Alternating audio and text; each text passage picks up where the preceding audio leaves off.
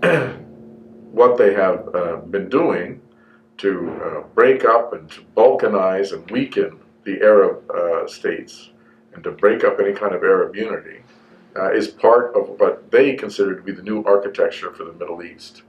There are rivalries that are going on between different imperialist centers, and U.S. imperialism is, in fact, in somewhat of a decline relative to other imperialist forces, and you have emerging forces represented by the BRICS, for instance, China, obviously Brazil, South Africa, India, the Russian Federation.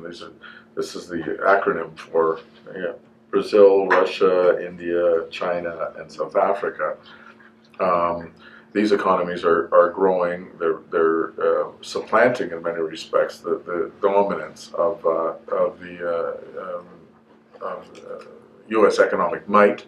The U.S. dollar is being challenged internationally. Some trading blocks are now moving to the euro or to the yuan, Chinese currency. So the hegemony of the U.S. dollar is under threat. So there's a great deal of instability, and it's reflected in many respects what's going on in the demonization of the Russian Federation, for instance, and of Putin. Now, so what is Putin? Well, and the Russian government. I mean, this is not a social. This is not the Soviet Union. This is not a socialist government. It's a bourgeois government. But nevertheless, they constitute a threat to the expansion of U.S. and European interests. There's even differences between the EU and the U.S. over Russia. So you hear some statements out of Germany and France saying, "Well, let's not go so far with these sanctions," and so on.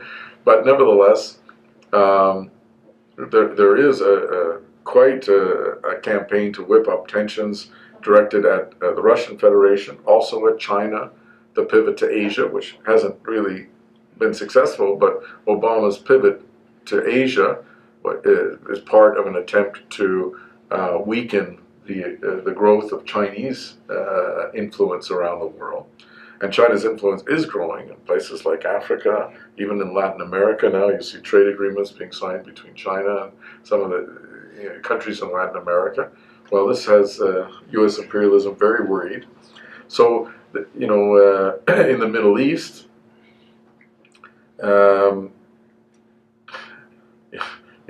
Obama's speech that he gave when he first got elected, you remember he went to, where was it?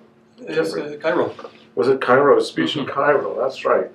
Where he talked about, a new Middle East, and he tried to flavor it in the sense that, well, one were based on peace and mutual understanding and a settlement to the Palestinian-Israeli dispute and so on. But in fact, we said at the time, and I think it's been borne out, that in fact, what the U.S. wants in the Middle East, in fact, is to strengthen the regional dominance of the Israeli Zionist state and to weaken those countries which either are part of resisting and supporting the Palestinian people or have the potential to do so. They went after Gaddafi, and they destroyed the Gaddafi regime, what everyone thought of the Gaddafi regime. And you look at Libya today, it's balkanized. It's really not one state at all. It's kind of like little fiefdoms, and it is a source for the growth of fundamentalist groups that are now being used to prosecute the war on the Assad regime in Syria. And this was all supported by the Western imperialist powers. They helped to organize and to finance and to provide even security assistance to these rebel groups, the Free Syrian Army and so on, out of which has come ISIS and some of the other jihadist forces. Now that they're turning and attacking, some Western interests, and all of a sudden, ISIS is bad. But, first of all, the imperialist powers had a hand in promoting this fundamentalist extremism, because you have to remember that the Assad regime and Assad government and Syria, made up of Sunnis and Shia and also Christian minorities and Kurdish minorities and so on, was a very stable and secular state, right? It was not a religious-based state, and there was a conscious, but it was first and foremost opposed to Israeli expansionism, supported Lebanon when it was attacked by Israel, very outspoken against the aggression, Israeli aggression against Gaza, and so on. And so it was one of the targets, and certainly Iran itself is another target. But even if the intelligence agencies had a secret hand behind promoting these extremist religious groups, which are now, turning around and biting the hand that fed them and so on, they helped to create the conditions for the rising of these fundamentalist groups, just like they did in Afghanistan. People know that Osama bin Laden was a conduit for CIA funding of the secret war on Afghanistan back in the early 80s, and started actually in '79. So what they have been doing to break up and to balkanize and weaken the Arab states and to break up any kind of Arab unity is part of what they consider to be the new architecture for the Middle East. And it's creating incredible instability. And now they're saying that we have to have a war on ISIS. Well, in fact, so long as ISIS and the other fundamentalist extremist forces were fighting against the Assad government, that was fine. That was okay. Didn't say anything about it. And they were committing massacres there then as well. There was some footage, some of you may even have seen it, because I think it was on BBC for one day and then they cut it out, where some jihadists in part of Syria had captured some Syrian soldiers. They killed them, they executed them, which is a war crime in and of itself. And then the leader of this jihadist group started eating the flesh. I mean, it was actually, cannibalism. This is what we're talking about here.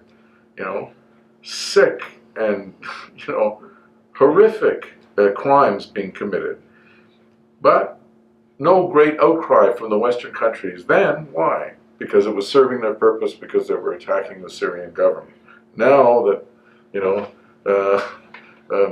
NGO people or Japanese arms dealers, whatever, are being executed, now there's a great hullabaloo about it. Well, fair enough. But even now, this latest story about the 3 British teenagers and the role of an informant, a CSIS informant, who helped to bring them in. It's very interesting, right? Because does anybody really think that he just did it just for these 3 young girls? No, they've been doing it constantly. They have been, and the Western intelligence agencies know about it, because that's how they have been giving covert support to these anti-Syrian forces.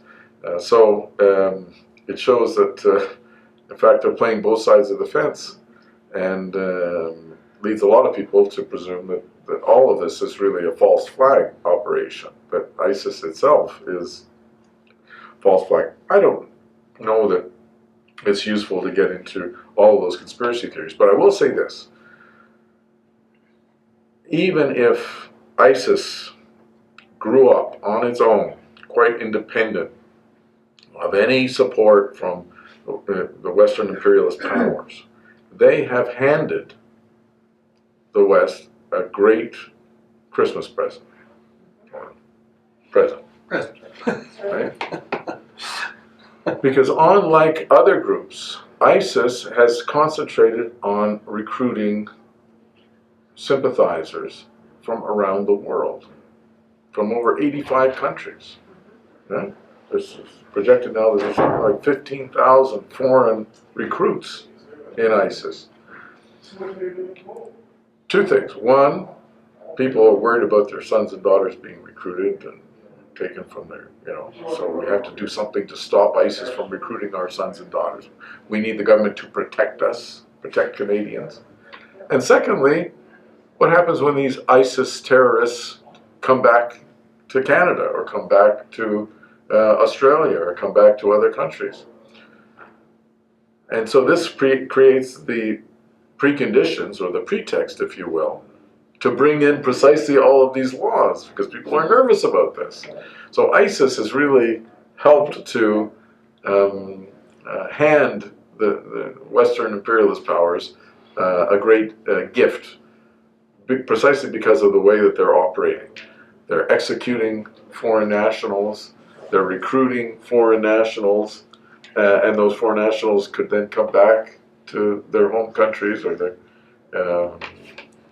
so it's a pretty scary thing. Yeah.